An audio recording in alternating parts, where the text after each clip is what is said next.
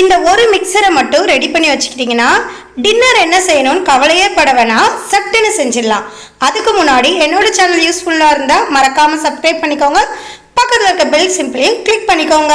Ration பச்சரிசி 1 tumbler எடுத்திருக்கேன். அதே டம்ளருக்கு 1/4 டம்ளர் தோரம்பருப்பு எடுத்திருக்கேன். பச்சரிசியை ஒரு 4-5 வாட்டி நல்லா வாஷ் பண்ணிவிட்டு இந்த மாதிரி வடிகட்டியில் அந்த தண்ணியெலாம் வடிகிற மாதிரி விட்டுறணும்.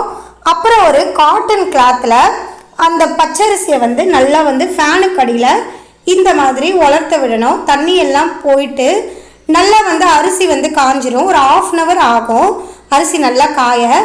இப்போ ஒரு மிக்சர் ஜாரில் அரிசியை நம்ம சேர்த்துக்கலாம். இந்த மாதிரி பிடிச்சி பார்த்தா நம்ம கையிலலாம் அரிசி ஒட்டாமல் இருக்கும். ஒரு மிக்சர் ஜாரில் இந்த அரிசியை ஆட் பண்ணிவிட்டு ஒரே ஒரு பல்ஸ் விட்டு நம்ம எடுத்துக்கலாம். இந்த மாதிரி பதத்தில் இருக்கணும். உங்களுக்கு பார்த்தா தெரியும், இந்த மாதிரி கொர கொரன்னு இருக்கணும். இப்போ ஒரு கடாய் வச்சு அதில் அந்த 1/4 கப் தோரம்பருப்பு ஆட் பண்ணிவிட்டு மீடியம் ஃப்ளேமில் அடுப்பு வச்சு இதை நல்லா வறுத்து எடுத்துக்கணும். இது இந்த மாதிரி வறுத்து நம்ம ஆட் பண்ணுறதுனால நல்ல ஒரு மனம் கொடுக்கும். மிளகு, 1 ஸ்பூன் சீரகம், அதையும் இது கூட ஆட் பண்ணி நல்லா வறுத்து எடுத்துக்கலாம். இப்போ இதை நல்லா ஆற வச்சுட்டு 1 பாதியமாக அரைச்சி எடுத்துக்கலாம். இப்போ அந்த அரிசி கூட இது பாருங்கள், இந்த மாதிரி 1 பாதியமாக அரைச்சி எடுத்துருக்கேன். அதை ஆட் பண்ணி நல்லா மிக்ஸ் பண்ணிக்கலாம். இந்த அளவில் நீங்கள் செஞ்சீங்கன்னா ஒரு 3லேருந்து 4 பேர் சாப்பிட்லாம். நீங்கள் அதிகமாக இதை அரைச்சி கூட நீங்கள் ஸ்டோர் பண்ணி 1லேருந்து 2 மாதம் வரையும் இதை யூஸ் பண்ணலாம். நல்லா இருக்கும், நல்லா மணமாக இருக்கும். கண்டிப்பாக இந்த மிக்சர் ட்ரை பண்ணி பாருங்கள்.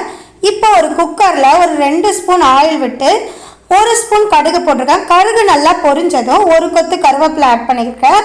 ஒரு மீடியம் சைஸ் வெங்காயம் குட்டி குட்டியாக இந்த மாதிரி கட் பண்ணி ஆட் பண்ணிக்கிறேன். காரத்துக்கு நான் ஒரே ஒரு வரமிளகா ஆட் பண்ணிக்கிறேன்.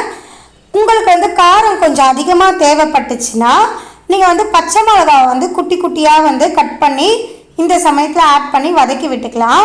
அடுப்பை மீடியம் ஃப்ளேமில் வச்சு நம்ம குக் பண்ணிக்கலாம். வெங்காயம் கண்ணாடி பதம் வரணும்.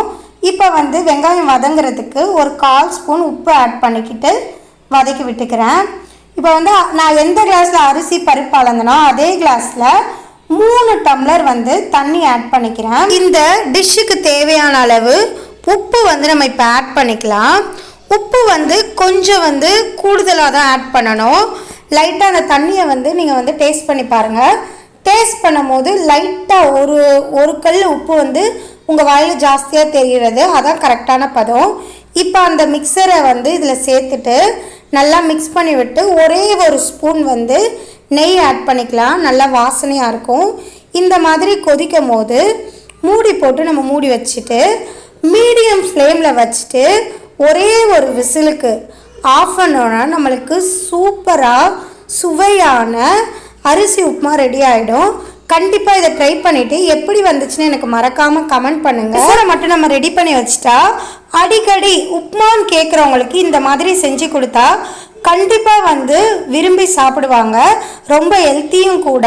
இதுக்கு சைட் டிஷ் எதுவுமே வேணாங்க, அப்படியே சுட சுட நம்ம பரிமாறலாம். கண்டிப்பாக எல்லாருக்கும் பிடிக்கும். இதே மாதிரி ஈஸியான ரெசிபிலாம் வேணும்னா என்னோட சேனல் சப்ஸ்கிரைப் பண்ணி சுவைக்கலாம் வாங்க. தேங்க்ஸ் ஃபார் வாட்சிங்.